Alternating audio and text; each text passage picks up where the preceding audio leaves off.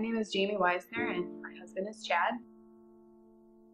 We are from Clear Lake, South Dakota.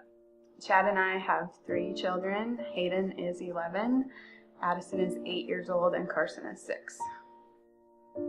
You know, it was Monday, the last week in October, the last full week, and Chad called me at work that day and he said, "Oh, my stomach's been hurting today." Didn't, really think anything of it. And then the next morning I was getting ready for work and he said that his stomach had hurt all night, and I woke him up a few times, and so I just said, well, maybe you want to go in and get that checked out.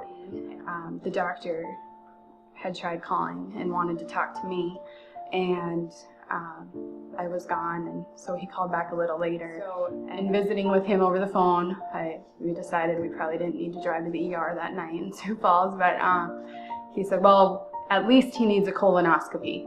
And well, that's fine. That sounded like a reasonable plan. So off he went for his colonoscopy, and about 40 minutes later, I overheard the doctor outside the room I was waiting in tell the nurse that you need to go in with gentle hands, because she asked about cancer and I told her no.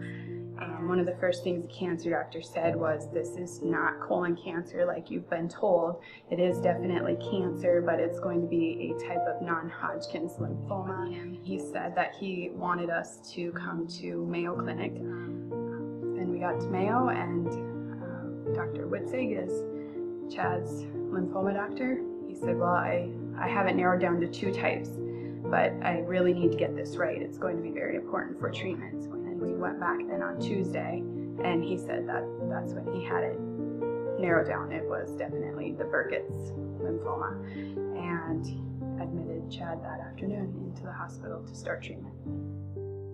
Dr. Witzig said that this was going to be about a 4-month process, and so he said that there was an excellent social worker who would be coming in to visit with us, and she did. She came in, and in visiting with her, we started talking about where we could stay for that time frame.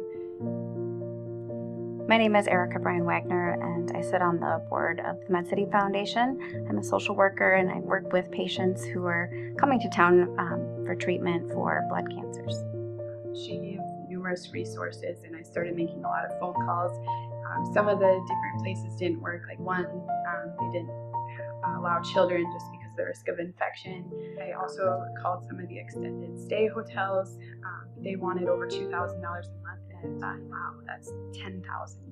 That's a lot of money on top of all the extra medical expenses and things we have going on. So to me, that wasn't really worth it, because I didn't have like the kitchen or the laundry facility, some of those things that have really made a difference.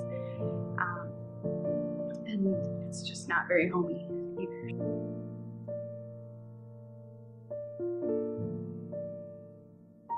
Probably the first and foremost question that we get, even when you're trying to talk about all kinds of other things, is lodging.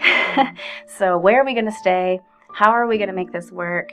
How are we going to afford to stay in Rochester when we already have a mortgage at home or a rent at home that takes a pretty good amount of my monthly income? So then she came in another time and had asked what I had come up with so far, and I told her I really didn't have an option I was super excited about. But then she said, well, there is one other place I had thought of. There's Med City Foundation, and she said they have a house and an apartment, but the last I heard they were both full.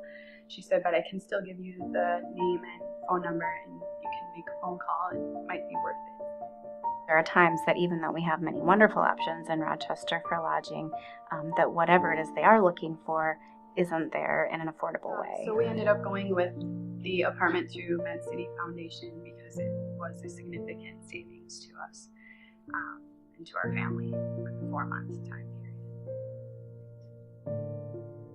As a provider, I would say that one of the most wonderful things about Med City Foundation is that when I'm sitting with a patient and they're telling me that they have some kind of a need, whether it be they don't have a place to stay for the night, or their car broke down, or there's some really concrete need that needs to be addressed, we now have an avenue to be able to contact Med City Foundation, and they respond within a really short amount of time. Whereas there are maybe other grants that are further away that take much longer to have access to and probably have more closed parameters and may not be able to meet the need that is right before us. And so at this point, I find that it's a wonderful opportunity to be able to say, hey, I actually think I have something that maybe we can actually fix this problem or address this need today or within a really short amount of time. There are a lot of reasons why we like being where we're at.